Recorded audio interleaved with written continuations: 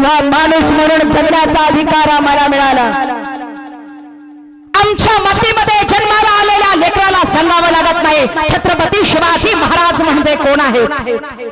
आमचा स्वाभिमान म्हणजे शिवराय, आमचं दैवत म्हणजे छत्रपती शिवाजी महाराज. धर्म म्हणजे काय, मर्यादा म्हणजे काय, परंपरा म्हणजे काय सांभाळण्याची आम्हाला गरज आहे. कुठल्या पक्षातर्फे मी बोलत नाही, पण कळकळून सांगावंसं वाटतं, कळकळून सांगावंसं वाटतं. आमच्या लेकराला मंदिराचं हे शिकवलं पाहिजे. हिंदू धर्म म्हणजे काय, आमच्या कपाळाचा गंध मोडला नाही पाहिजे हे आमच्या बांधवांना शिकवण्याची गरज आहे, सांगण्याची गरज आहे. आत्ताच आलेला नवीन चित्रपट छावा बघितला असेल. धर्म म्हणजे काय शिकायचं असेल, हिंदू धर्माचं रक्षण काय शिकायचं असेल तर छत्रपती संभाजी महाराजांकडून शिकावं. 100 हत्तीचं बळ ज्या एका माणसामध्ये होतं ते म्हणजे छत्रपती शिवाजी संभाजी महाराज. बटाट्याची साल जशी सोलून काढावी तशी माझ्या छत्रपती संभाजी महाराजांच्या अंगावरची साल न साल काढल्या गेली. शत्रूने सांगावं धर्म स्वीकार, धर्म स्वीकार, तुला जिवंत सोडल्या जाईल. माझ्या राजांनी सांगावं अरे जगायचं तर स्वराज्यासाठी आणि मरायचं तरी हे नवे स्वराज्यासाठी. नुसतं नाव ठेवलं म्हणजे आम्ही संभाजी महाराज होत नाही, नाव ठेवलं म्हणजे आम्ही छत्रपती शिवाजी महाराज होत नाही. आम्हाला ही संस्कृती टिकवण्याची गरज आहे. चंद्रकोर शोभते मावळ्यांच्या माथ्यावर, चंद्रकोर शोभते मावळ्यांच्या माथ्यावर आणि शिवभक्तांचे मस्तक झुकते फक्त आणि फक्त शिवरायांच्या चरणावर, शिवरायांच्या चरणावर,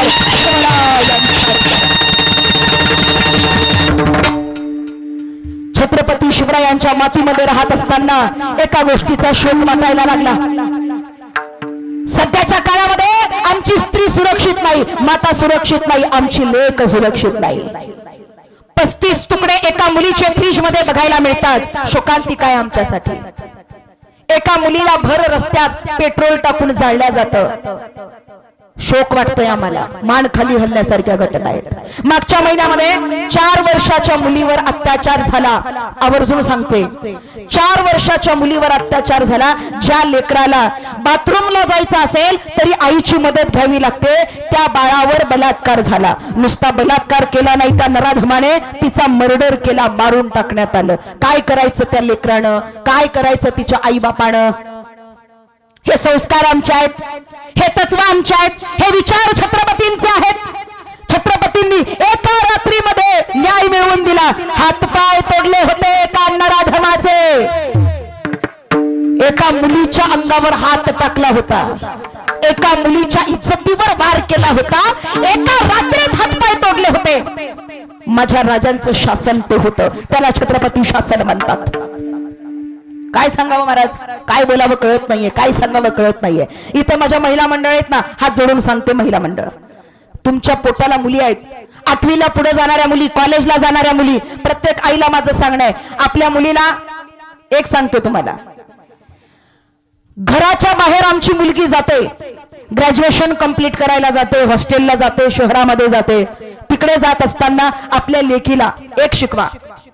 भाकर नाही करता आली चालेल, स्वयंपाक नाही करता आला चालेल, धुणं नाही धुता आलं चालेल, पण आपल्या घरातल्या लेकीला प्रत्येक आईनं एक गोष्ट जरूर शिकवायची. बाळा, रस्त्याने जात असताना कुठल्या मुलानं तुझ्याकडे बघून शिट्टी वाजवली, कुठल्या माणसानं तुझ्याकडे वाकड्या नजरेनं बघितलं, पायातलं पायतान काढून तिथंच त्याला हाणायची हिम्मत तुझ्यामध्ये असली पाहिजे.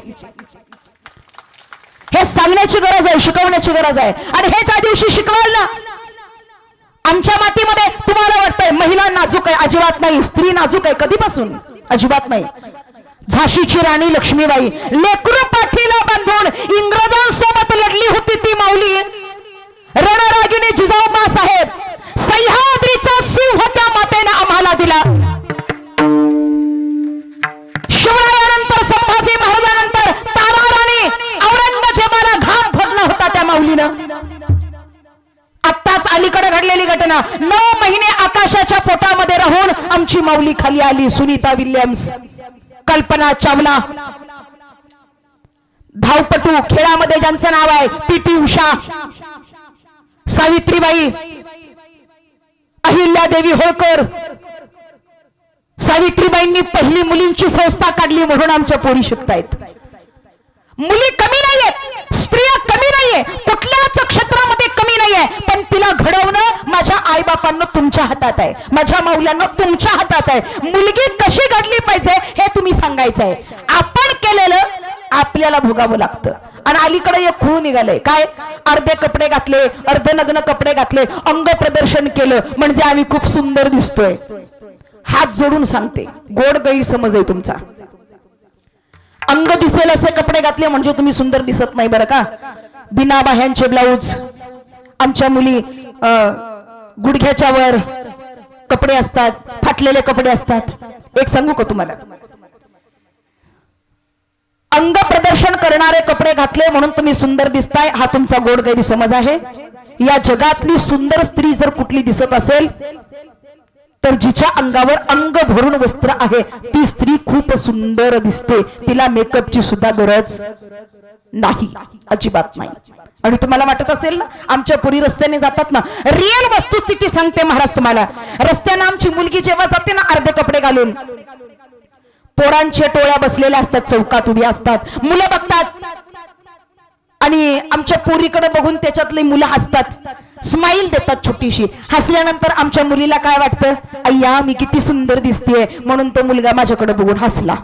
एक सांगू का तुम्हाला, तुम्ही सुंदर दिसताय म्हणून तो मुलगा तुमच्याकडे बघून हसत नाही, मग तुम्ही किती बिघडलेले आहात म्हणून ती पोरं तुमच्याकडे बघून हसत असतात. हे आपण लक्षात घेतलं पाहिजे. याचा अर्थ असा नाही की कपड्याने माणसांची नजर वाईट होते का, अजिबात नाही. पण आपण आपलं सांभाळावं, आपली संस्कृती सांभाळावी. का सांभाळू नये, सांभाळण्याची गरज आहे म्हणून ती सांभाळली पाहिजे. छत्रपती शिवरायांचे विचार, छत्रपती शिवरायांसारखी दाढी आमचा तरुण वाढवतोय, वाढवलीच पाहिजे. शिवरायांचा आदर्श घ्यायचा नाही आमच्या युवा पिढीने तर घ्यायचा कुणाचा, छत्रपती शिवरायांसारखी दाढी वाढवताय, वाढवलीच पाहिजे. चंद्रकोर कपाळाला लावताय, लावलीच पाहिजे. शिवरायांचा आदर्श आहे. पण एक सांगते तुम्हाला, शिवरायांसारखी नुसती दाढी वाढवली म्हणून तुम्ही मावळे होत नाही, चंद्रकोर कपाळाला लावली म्हणून तुम्ही शिपाई होत नाही, भगव्या शाली अंगावर टाकल्या म्हणून तुम्ही स्वराज्याचे मावळे होत नाही, दिवसभर जय भवानी करत फिरलात म्हणून तुम्ही स्वराज्याचे शिपाई होत नाही. महाराज, रस्त्याने चाललेल्या प्रत्येक स्त्रीकडे, रस्त्याने चाललेल्या प्रत्येक मुलीकडे स्वतःची बहीण म्हणून ज्या दिवशी बघाल ना त्या दिवशी छत्रपतींचा मावळा म्हणून घेण्याचा अधिकार आम्हाला आहे, अन्यथा नाही. ऐका आता काय घडतंय मंडळी, ऐका. मंदिर पाडल्या जात आहेत, गायी कापल्या जात आहेत, मंदिर पाडल्या जात आहेत, गायी कापल्या जात आहेत. भर रस्त्यावर आमच्या आई बहिणीच्या अंगावर हात टाकला जातोय, भर चौकात लेकी बाळींची इज्जत लुटली जाते, भर रस्त्यावर आमच्या लेकी बाळीच्या अंगावरचं वस्त्र काढलं जातं. हे बघवेना एका स्त्रीला. आणि आमच्या राजमाता जिजाऊ मासाहेब जगदंबेच्या दरबारात गेल्या, पदर पसरला आणि मागणार घातलं कुलस्वामिनीला, हे जगदंबे कुलस्वामिनी तुझी शक्ती मला हवी आहे, तुझं बळ मला हवं आहे, जगदंबे तुझा अंश मला हवा आहे. नवरात्रातल्या 7व्या माळेला, नवरात्रातल्या 7व्या माळेला पुराण घराला जिजाबाई आल्या दर्शनाला, देवी समोर पदर पसरला, देवी समोर पदर पसरला. एक बाण हवा का मला, तुझी शक्ती हवी को मला, तुझी शक्ती हवी को मला. भवानी पावन वसाला, पावन वसाला दिला, पावन वसाला दिला, पावन वसाला दिला.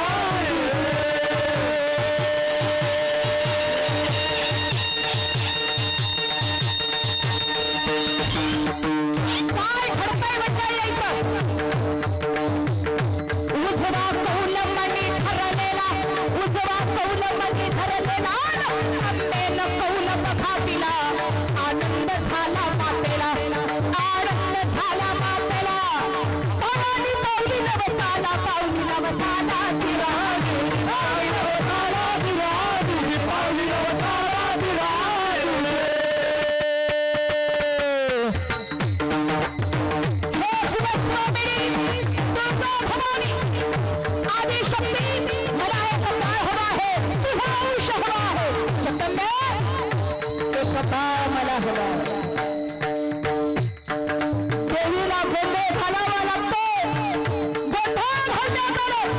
घाला जीव तुमच्या जतरेला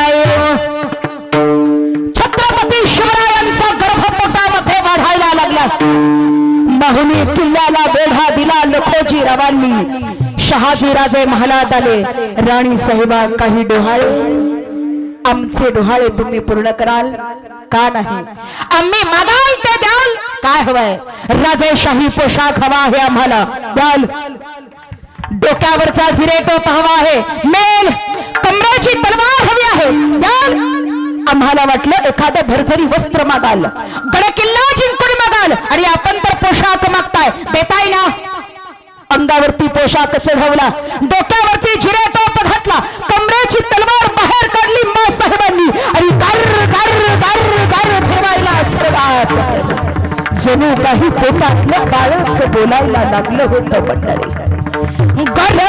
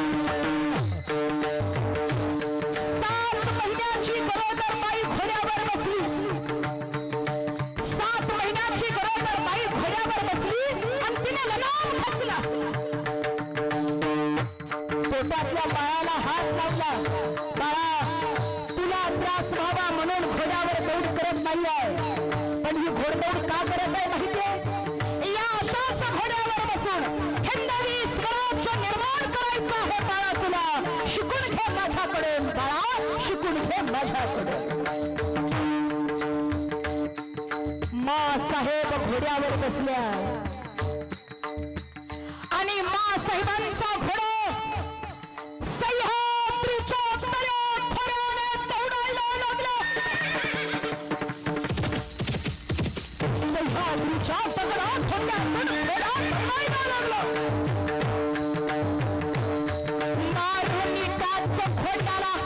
मारून टाच घोड्याला टाच घोड्याला घोड्यावर स्वार समयाला घोड्यावर स्वार समयाला एक दिवशी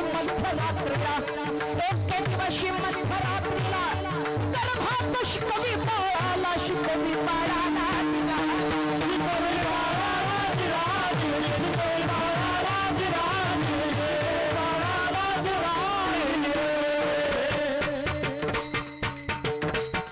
तुला स्वामिनीला वंदन केले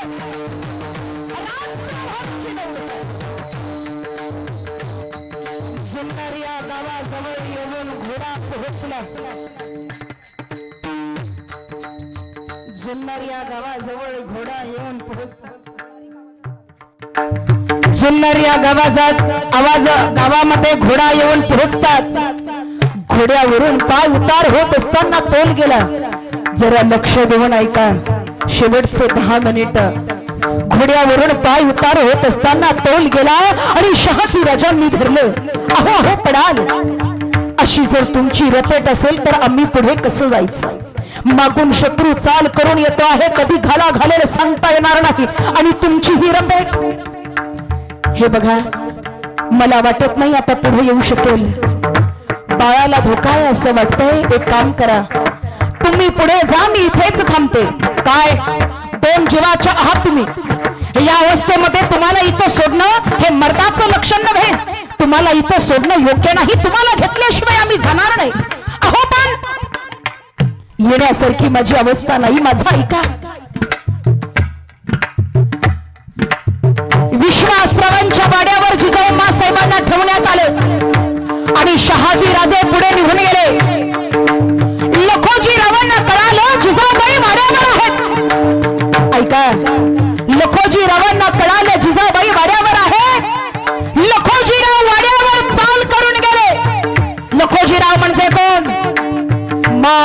महिलांचे वडील होते महाराज. महिला मंडळ आपल्याला वाटतं आमच्या मागे संघर्ष आहे, संकट आहे, वादळ आहे. सह्याद्रीच्या सिंहाला जन्म द्यायचा होता मंडळी. काय संघर्ष करावा लागला असेल त्या सिंहिणीला.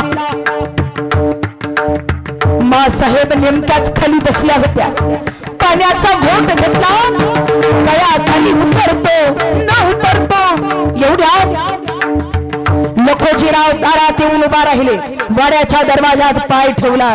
पाय ठेवता बरोबर आवाज आला आणि मासाहेबांनी बसल्या बसल्या खाली पडलेल्या तलवारीला हात गेला आणि विचारलं, कोण आहे बाहेर? श्रीनिवास सरदार, श्रीनिवास सरदार, राजा सिंदखेड, लखोजीराव.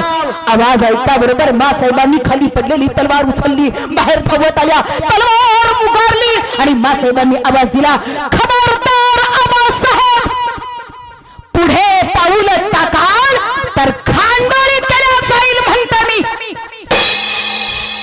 आवाज होता मासाहेबांचा.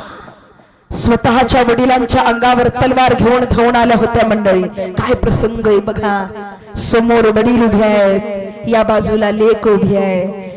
लखोजीरावांनी बघितलं, दोन जीवाची लेक पुढे उभी होती आणि बापाच्या हृदयाला पाझर फुटला मंडळी. शत्रू असला म्हणून काय झालं, हातातली तलवार गळून खाली पडली, हात पसरले आणि मोठ्या प्रेमानं आवाज दिला, जिजा ये ग जिजा ये.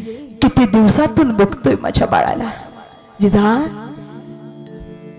किती दिवसातून बघतोय माझ्या लेकराला, ये. मासाहेबांनी तलवार खाली टाकली. हळूहळू पावलं टाकत वडिलांच्या जवळ आल्या. जवळ येता बरोबर कडकडून मिठी मारली. घामानं भिजलेलं ते शरीर, विस्कटलेले ते केस, हृदयाची होणारी धडधड, शरीराला सुटलेला कंप, थरथरणारे ओठ, शब्द फुटेना.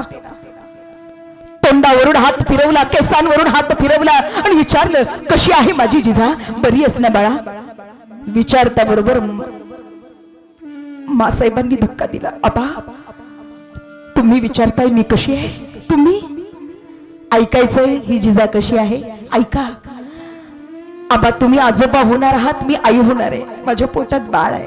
असं म्हणतात, पोटात बाळ असलं की पाय सुद्धा जपून टाकावा, नाहीतर त्या बाळाला धोका असतो. पण आबा याच बाळाचे प्राण वाचवण्यासाठी या सह्याद्रीच्या दर्या खोऱ्यानं फिरते आहे. आबा अशी आहे तुमची जिजा, अशी आहे तुमची जिजा. ना माहेरी ना सासरी मध्येच ही जागा धोक्याची आहे. कधी शत्रू येईल, घाला घालेल माहित नाही. इथं सुरक्षा नाही, सैन्य नाही. हे पुढे गेले. मीच सांगितलं तुम्ही जा पुढे, मी थांबते. पण आबा काळजी वाटतेय, भीती पण वाटतेय. पण हे बाळ मला संघर्ष करण्याची ताकद देतंय. आबा काय करू कळत नाहीये. तोंडाला हात लावला, बास बास, ऐकवत नाही बाळा. मला पुढे जायचंय, पण तुझी ही अवस्था बघून एक काम कर, तू चल माझ्या सोबत. राजा सिंदखेड चल, आवरायला घ्या रे, आपल्याला निघायचंय. हे घ्या बरं आवरायला, चला. महिला मंडळ ऐका, बाप म्हणतोय लेकीला चल माझ्या सोबत. जिजाऊ मासाहेबांचं उत्तर काय आहे? आबा मी तुमच्या सोबत आले असते हो, पण मी येऊ शकत नाही. त्याचं कारण मी जरी मुलगी जाधवांची असले ना आबा, मी जरी मुलगी जाधवांची असले ना आबा, तरी सून मात्र भोसल्यांची आहे, सून मात्र भोसल्यांची आहे. माझ्या पतीनं मला इथं सोडलंय. माझे वडील जरी चल म्हणले तरी येऊ शकत नाही. अगं पण माझी काळजी वाटत असेल, इथून काही अंतरावर शिवनेरी नावाचा गड आहे. कधी गेलात शिवनेरी गडावर? गडापासून काही अंतरावर जुन्नर नावाचं गाव आहे. इथून काही अंतरावर आबा शिवनेरी गडावर मला नेऊन सोडा, तिथं सुरक्षा आहे. मासाहेबांना गडावर नेण्याची तयारी चालू झाली मंडळी. गड चढत असताना शिवाई देवीचं मंदिर लागलं. दर्शनासाठी लखोजीराव थांबले. कमरेचा कसा काढला आणि मासाहेबांच्या हातामध्ये दिला.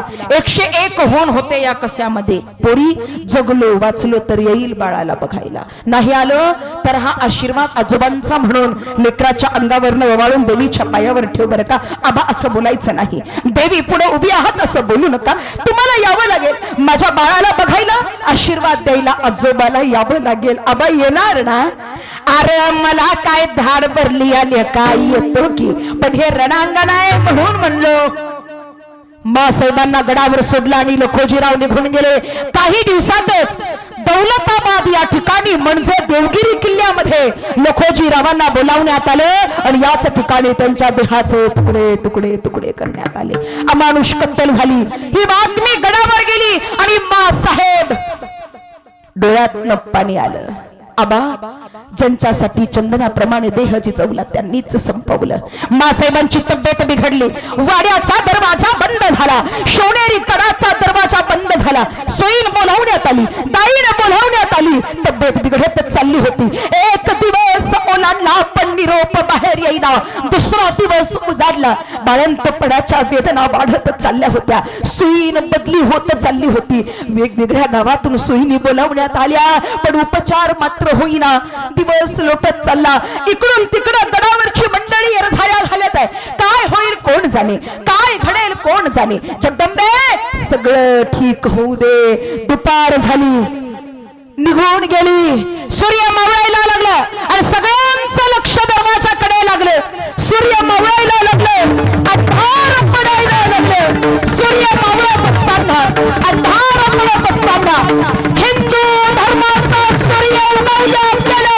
वाड्याचा दरवाजा उघडला. एक बाई बाहेर धावत आली आणि तिला आवाज दिला. ऐकलं का, ऐकलं का? राणी साहेबांना मुलगा झाला, शहाजी राजांना मुलगा झाला, राणी साहेबांना मुलगा झाला. माझे राजे जन्माला आले. माणसांना आनंद झाला पण आनंद झाला तो कोणाला? एके काळी सह्याद्री हसला, एके काळी सह्याद्री हसला. आनंदाला कसला आनंद त्याला कसला. मुलगा झाला शहाजी राजाला, मुलगा झाला शहाजी राजाला. शिवनेरीत बाळ जन्मला, शिवनेरीत बाळ जन्मला. रेशमाची दोन्ही पाळ झाला, रेशमाची दोन्ही पाळ झाला. जिजामाता हलवी पाळ. शिवाजी ठेवलं नावाला, ठेवलं नावाला विराजी, ठेवलं नावाला विराजी, ठेवलं नावाला विराजी.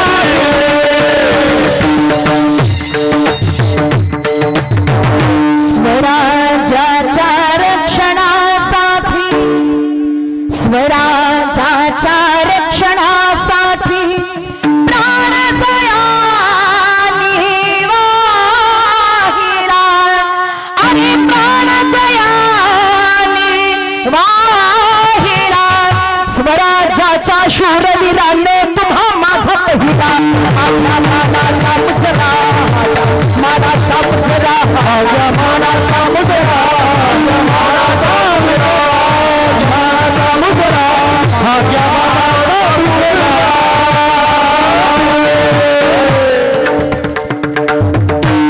आपल्या गावामध्ये चालू असलेला हा कीर्तन सोहळा अतिशय सुंदर असं आयोजन, अतिशय सुंदर असं नियोजन आणि या नियोजनातून माझ्याकडे आलेली ही कीर्तनरूपी सेवा. खरं तर दादांनी जेव्हा फोन केला, सर्व ग्रामस्थ, सर्व आयोजक, सर्व वाडीकर, सर्व मळ्यातील मंडळी, सर्व राणावणामध्ये असणारी मंडळी, सर्व परिसरातील मंडळी, या सर्वांचं अंतकरणातून ऋण व्यक्त करते. अतिशय सुंदर असं आयोजन आपणा सर्वांचं आहे. या ठिकाणी सेवेची संधी दिली, बोलावलं त्याबद्दल सर्वांचं ऋण. खरं तर दादांनी जेव्हा फोन केला की ताई आम्हाला 3 तारीख हवी आहे, त्यावेळेस नेमकी आमची तारीख गेलेली होती. कोल्हापूर जवळ करण जोशी नावाचं गाव आहे.